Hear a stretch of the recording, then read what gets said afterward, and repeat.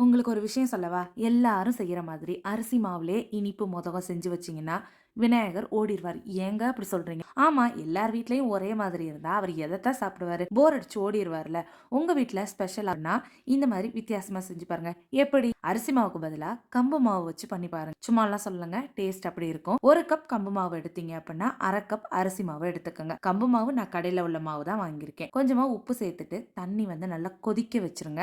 கொதிக்க வச்சுட்டு கொஞ்சம் கொஞ்சமா அதில சேர்த்துட்டு இந்த மாதிரி கரண்டி வச்சு மிக்ஸ் பண்ணிட்டு ஒரு 10 நிமிஷம் அப்படியே ஓரத்துல வச்சிருங்க. அதுக்கப்புறம் கொஞ்சமா எண்ணெய் போட்டுட்டு இந்த மாதிரி கையில நல்லா பெனஞ்சு எடுத்துக்கோங்க. அவ்வளவுதாங்க, கம்பு மாவுல மோதகத்துக்கு மாவு ரெடி பண்ணியாச்சு. ஏன் எப்போதும் போல அரிசி மாவுலே மோதகம் பண்ணா என்ன தப்பு அப்படின்னு கேக்குறீங்களா? தப்பெல்லாம் இல்லைங்க.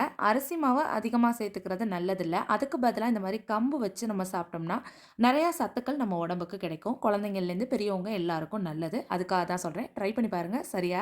Tata, bye bye.